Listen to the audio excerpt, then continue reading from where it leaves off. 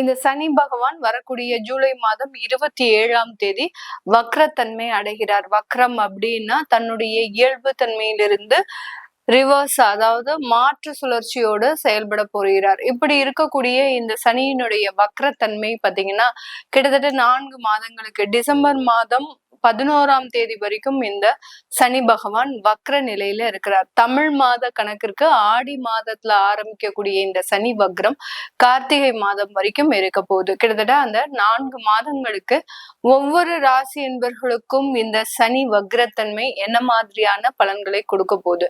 சனி அப்படின்னு சொன்னாலே நீதிகாரகன், கர்மகாரகன், தொழில் ஸ்தானத்திற்கு உண்டானவர். அடுத்து பாத்தீங்கன்னா ஜென்ம சனி அப்படின்னு சொல்லக்கூடிய தன்னுடைய கர்மாக்களுக்கு தண்டனையை கொடுக்கக்கூடிய ஒரு சனி பகவானுடைய சுழற்சி ஒவ்வொருவருடைய ஜாதகத்திலையும் அதிகப்படியான ஒரு நெகட்டிவான விஷயங்களை கொடுக்கும். அந்த எதிர்மறை விஷயங்கள், எதிர்மறை பிரச்சனைகள் பாத்தீங்கன்னா எல்லார் மனதிலும் ஆள் மனதாக ஒருத்தர் எங்கேயோ எப்பவோ நமக்கு பிரச்சனை பண்ணியிருந்திருப்பார். ஆனா அதனுடைய வலியும் வேதனையும் நம்ம சாகுற வரைக்கும் அது நம்மளைய துரத்திக்கிட்டே இருக்கும். அந்த மாதிரியாக அந்த சனி பகவான் கொடுக்கக்கூடிய ஒவ்வொரு வலியும் வேதனையும் நீண்ட காலமாக நம்மளுடைய அடுத்த தலைமுறையினருக்கும் போய் சென்றடையக்கூடிய அளவிற்கு அதனுடைய செயல்கள் மிகவும் தீவிரமாக இருக்கும். சனி இயல்பு தன்மையோட இருக்கிறார் அப்படின்னா அதனுடைய பலன்கள் பார்த்தீங்கன்னா ரொம்ப ஸ்லோ அண்ட் ஸ்டெடியா தான் இருக்கும். அதே இது வக்ரத்தன்மையோட இருக்கிறார் அப்படின்னா இதுல பாத்தீங்கன்னா ரொம்ப ஃபாஸ்ட் மூவ்மெண்ட் அப்படின்றது இருக்கும். ஒருத்தருக்கு வளர்ச்சிகள் வருது அப்படின்னா ரொம்ப துரிதமாக வளர்ச்சிகள் இருக்கக்கூடிய ஒரு டைமாக இருக்கும்.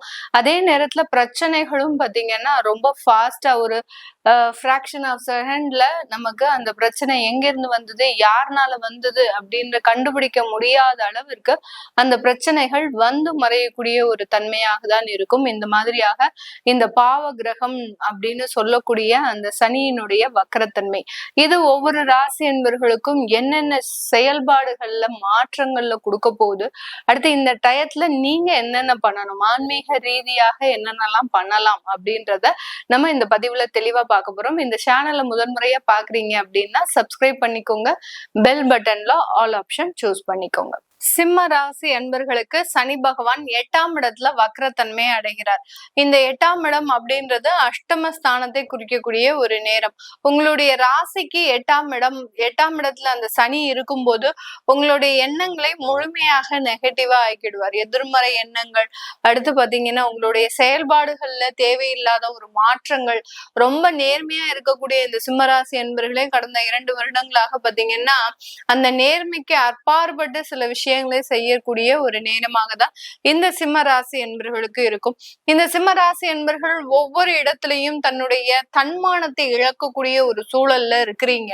எல்லா இடத்துலயும் அவமானங்கள், தேவையில்லாத பொருள் நஷ்டங்கள், தேவையில்லாத வீண் பழிகள், இது எல்லாத்தையுமே சுமந்து கொண்டுதான் ஒவ்வொரு இடத்துலயுமே நகர்த்திட்டு இருக்கிறீங்க.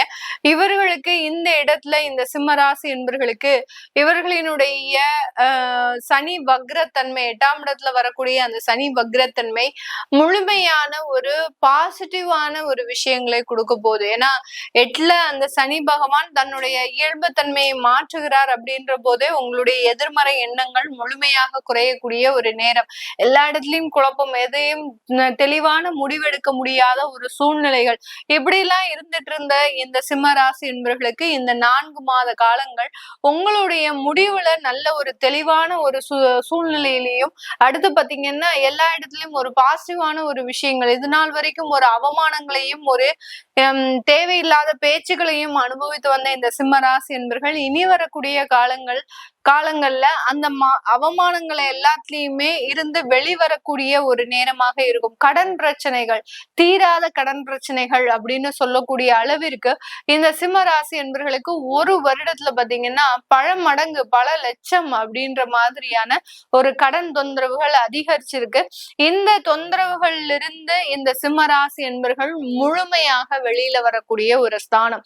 அடுத்து பாத்தீங்கன்னா இந்த சிம்ம ராசி என்பவர்கள் தன்னுடைய வியாதி தொந்தரவுகள்ல இருந்தும் முழுமையாக வெளியில வரக்கூடிய ஒரு நேரமாக தான் இருக்கும். ஏன்னா வியாதி அப்படின்னு சொல்ல போனா இந்த சிம்மராசி என்பவர்களுக்கு முதல்ல வரக்கூடிய ஒரு பிரச்சனையே பாத்தீங்கன்னா இருதயம் சம்பந்தப்பட்ட பிரச்சனைகள், ஹார்ட் அட்டாக், ஹார்ட்ல பாத்தீங்கன்னா ஸ்டெண்ட் வைக்கிறது, அடுத்து பாத்தீங்கன்னா வால்வு அடைக்கிறது, பிளாக் ஆகுறது, இந்த மாதிரியான இருதயம் சம்பந்தப்பட்ட எல்லா விதமான பிரச்சனைகளையுமே இந்த சிம்மராசி என்பவர்கள் அனுபவிச்சுட்டு இருக்கிறாங்க.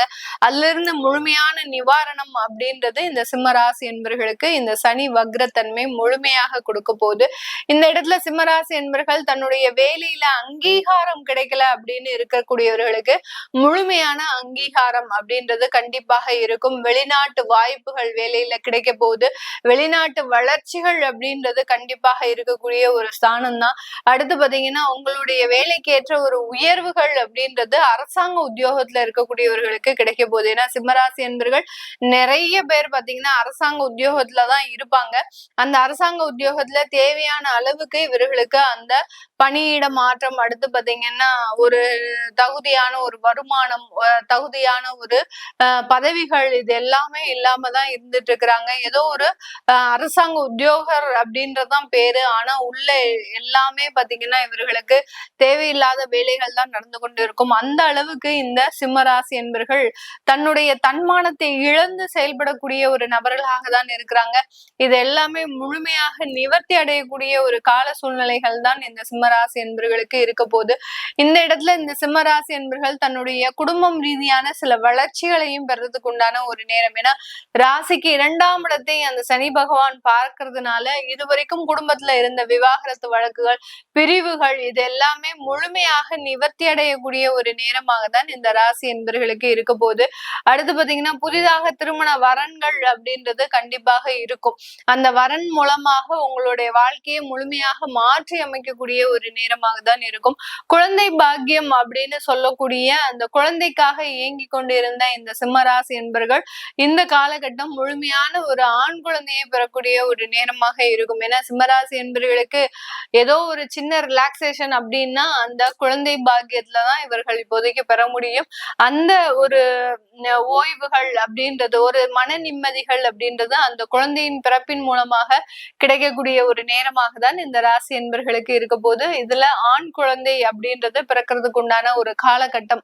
ஏன்னா ராசிக்கு 5ஆம் இடத்தை அந்த சனி பகவான் 10ஆம் பார்வையாக பிறக்கிறதுனால உங்களுடைய அடுத்த வாரிசு அப்படின்றது கண்டிப்பாக இருக்கக்கூடிய ஒரு தருணமாக தான் இந்த சிம்மராசி என்பர்களுக்கு இருக்க போது.